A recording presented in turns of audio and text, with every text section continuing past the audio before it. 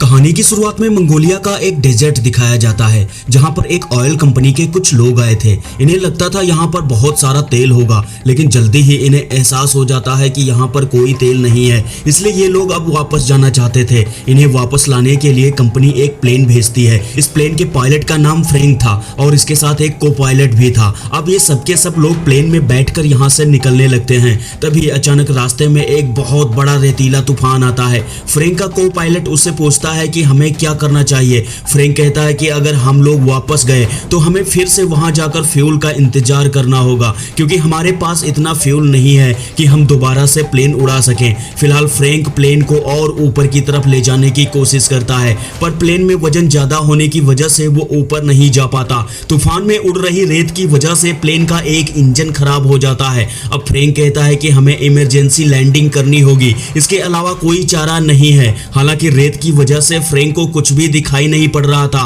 Frank plane को नीचे उतारने लगता है, लेकिन तभी प्लेन का पिछला हिस्सा एक चट्टान से टकराता है और वो टूटकर अलग हो जाता है। इससे उनका एक आदमी भी प्लेन से उड़कर नीचे गिरता है और उसकी मौत हो जाती है। वो प्लेन रेतीली जमीन में घिसता हुआ गिरता है और एक जगह जाकर रुक जाता है। हालांकि इस हादसे में अंदर बैठे 2 लोगों की और मौत हो जाती है। फिलहाल ये लोग प्लेन से बाहर नहीं निकल सकते थे, क्योंकि अभी भी बाहर खतरनाक तूफान चल रहा था। जब तूफान रुक जाता है, तूफान में उड़ रही रेत की वजह से पूरा प्लेन ढक चुका था, लेकिन थोड़ी देर बाद ये फिर से दिखने लगता है और ये लोग बाहर आते हैं। अपने दोनों साथियों को ये लोग वहीं रेत में दफना देते हैं। फिलहाल ये लोग अब उस तूफान की वजह से इस रेगिस्तान में फंस चुके थे। उनके पास वापस जाने का कोई रास्ता नहीं था। इसके बाद ये लोग अपने सामान में खाने पीने वाली चीजें चेक करते हैं, जिससे इनको पता चलता है कि ये ज्यादा दिन नहीं चलेगा। तभी ये आदमी फ्रैंक से कहता है कि मैं यहाँ से पैदल निकल जाऊंगा। हालांकि यहाँ से इस रेगिस्तान को पार करने के लिए इनको 200 मील का सफर तय करना था,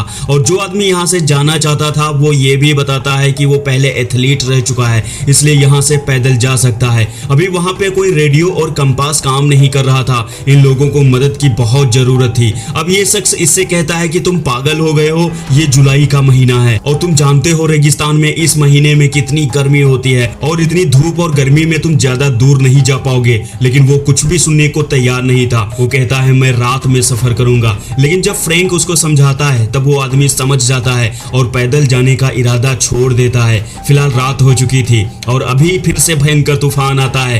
तभी इनका एक आदमी हल्का होने के लिए बाहर जाता है। वापस आते समय वो एक पत्थर से टकरा जाता है और नीचे गिर जाता है। वो आवाज भी लगाता है, लेकिन सब सो रहे थे तो उसकी आवाज सुनने वाला कोई नहीं था। सुबह होने पर सभी देखते हैं उनका एक आदमी गायब है। ये सब उसको ढूंढते हैं। उस आदमी का तो कहीं नामो निशान तक नहीं था। जल्द ही इन्हें पता चल जाता है कि रेत में दफन होने से उसकी मौत हो चुकी है। अभी ये लड़की जिसका नाम केली है वो फ्रैंक से पूछती है क्या हमें यहाँ पर कोई बचाने आएगा, इसके कितनी परसेंटेज चांसेस हैं।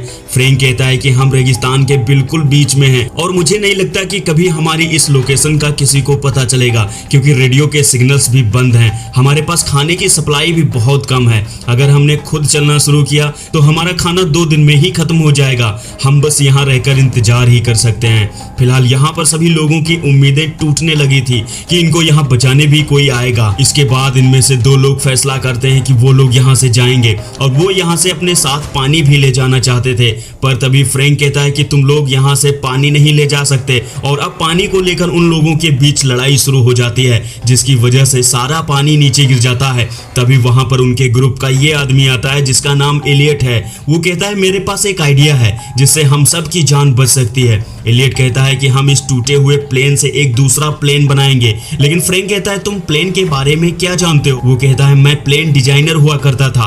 फिलहाल यहाँ पर एलियट के बारे में कोई भी नहीं जानता था कि वो कौन है और कंपनी में क्या काम करता है, क्योंकि वो इस कंपनी में हाल ही में ज्वाइन हुआ था।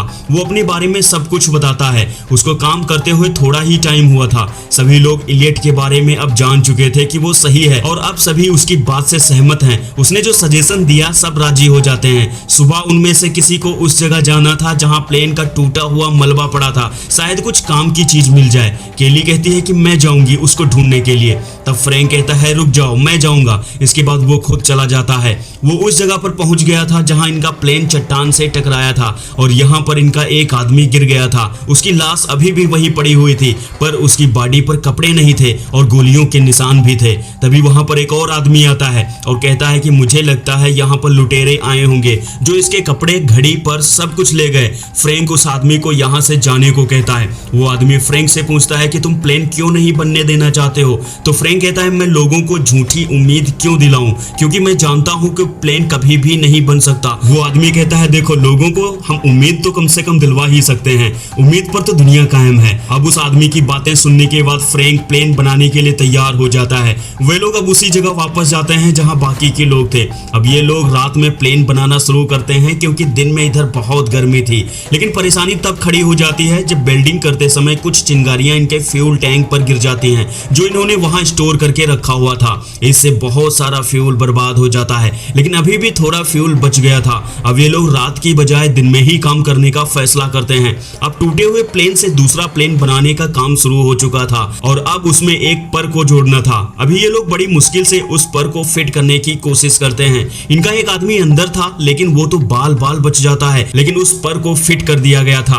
अब इनका प्लेन लगभग तैयार हो गया था। सभी को एक उम्मीद दिखती है कि अब ये लोग यहाँ से निकल पाएंगे और इस बात का सभी जश्न भी मनाते हैं। उसी रात एक भयंकर तूफान आता है, साथ में बिजली कड़क रही थी। सभी लोग प्लेन से दूर भाग जाते हैं क्योंकि प्लेन पर बिजली गिरने का खतरा था। इसकी चपेट में किसी की जान भी जा सकती थी, पर एलियट वहां से नहीं भागता। इतनी मेहनत से उसने प्लेन बनाया था, वो उसको खोना नहीं चाहता था, लेकिन बिजली की चपेट से वो उसको बचा भी नहीं सकता था। तभी फ्रैंक वहां जाकर उसको पीछे धक्का देता है जिससे कि वो एलियट बिजली शॉक से बच जाता। खैर सुबह हो जाती है। यहाँ इस प्लेन का नाम फिनिक्स रखा जाता है। प्लेन में अभी भी बहुत सारा काम बाकी होना था।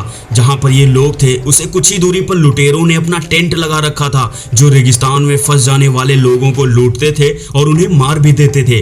फिलहाल फ्रैंक फैसला करता है कि वो उन लुटेरों से पानी की मदद मांगने जाएगा। हालांकि उसको मना कर दिया जाता है लेकिन वो नहीं मानता। इसके बाद उसके कुछ साथी लुटेरों के पास जाते हैं। वो एक दूसरे की बातें नहीं समझ पा रहे थे। विवाद होने की स्थिति से निपटने के लिए फ्रैंक पिस्टल लेकर पीछे चट्टान की आड़ में छिपा था। इसके बाद वो लुटेरा इनके एक आदमी पर गोली चला देता है जिससे वहां लड़ाई शुरू हो जाती है। अब फ्रैंक अपनी पिस्टल से सभी लुटेरों को गोली मार देता है लेकिन एक लुटेरा वहां से भागने में कामयाब हो जाता है। इसके बाद उस आदमी को प्लेन वाली जगह लाया जाता है पर उसकी वहां पे मौत हो जाती है। इसके बाद केली अपने एक साथी के साथ उन लुटेरों वाली जगह जाती है पानी ढूंढने के लिए, लेकिन उन्हें वहां पानी नहीं मिलता। एक लुटेरा जिसे गोली लग चुकी थी लेकिन वो अभी जिंदा था, वो केली का पैर पकड़ लेता है और अब दोनों लोग उस लुटेरे को अपनी वाली जगह पे ले आते हैं। वो जख्मी लुटेरा कुछ कहना चाह रहा था लेकिन उसकी भाषा किसी को समझ में नहीं आ रही थी। इसी बीच इलियट पिस्टल से उसे गोली मार देता है। अब फ्रैंक इलियट पर भड़क जाता है।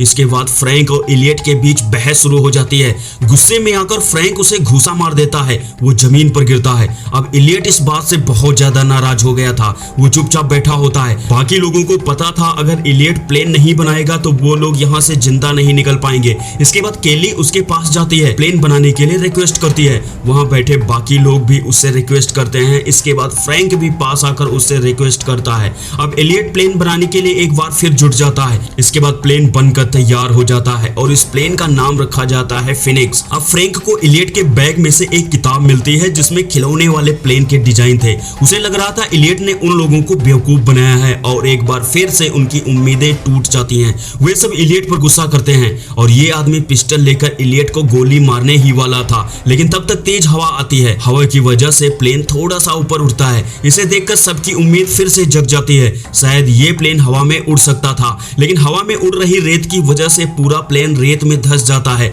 तो एक बार फिर से ये लोग निराश हो जाते हैं और अब सबके सब उस प्लेन को रेत से बाहर खींचते हैं, एक समतल पथरीली जगह पर ले जाते हैं। इसके बाद फ्रैंक प्लेन के ऊपर उसे स्टार्ट करने के लिए जाता है। प्लेन स्टार्ट तो हो जाता है लेकिन फिर से बंद हो जाता है और ऐसा कई बार होता है। सबको लगने लगा था ये प्लेन नहीं स्टार्ट हो पाएगा। अब फ्रैंक आखिरी बार उसे स्टार्ट करने की कोशिश करता है और शायद इस बार उन लोगों की किस्मत साथ दे जाती है। आखिरी बार किया गया प्रयास सफल होता है और प्लेन स्टार्ट हो जाता है। सबके सब बहुत ज्यादा खुश हो जाते हैं और जल्दी ही सब प्लेन के ऊपर चढ़ जाते हैं। हालांकि जुगाड़ से बनाए गए प्लेन में बैठने की कोई व्यवस्था नहीं थी, इसलिए सब प्लेन के ऊपर चढ़ते हैं। ये लोग यहाँ से निकलने ही वाले थे कि तब तक वहां पर बहुत सारे लुटेरे आ रहे थे। क्योंकि लुटेरों का वो साथी जिंदा बच गया था, वो लुटेरों की पूरी बटालियन लेकर वहां आ गया था। अब अगर ये लोग जल्दी से नहीं निकले तो सबके सब मारे जाएंगे। फ्रैंक तेजी से प्लेन को आगे बढ़ाता है। लुटेरे उनके ऊपर गोली चलाते हैं लेकिन किसी तरह ये लोग गोलियों से बच रहे थे। इसके बाद आगे एक बहुत गहरी खाई होती है। अगर प्लेन ना उड़ा तो ये लोग खाई खाई में गिरकर मारे जाएंगे और पीछे लुटेरे इन्हें मार देंगे। इसके बाद प्लेन उस खाई में गिर जाता है। लुटेरों को लगता था वो लोग खाई में गिरकर मर गए होंगे, लेकिन जल्दी ही वो प्लेन खाई से उड़कर बाहर आता है। यानी वो प्लेन जिसका नाम इन लोगों ने फिनिक्स रखा था और जुगाड़ से बनाया था, वो हवा में गोते लगा रहा था। इस तरह ये लोग इस खतरनाक रेगिस्तान से निकलने में कामयाब होते हैं और ये कहानी यहीं पर समाप्त हो जाती है। आई होप ये कहानी आपको पसंद आई होगी। मैं मिलता हूं आपको एक ऐसी ही किसी और कहानी के साथ। तब तक के लिए टेक केयर, बाय बाय।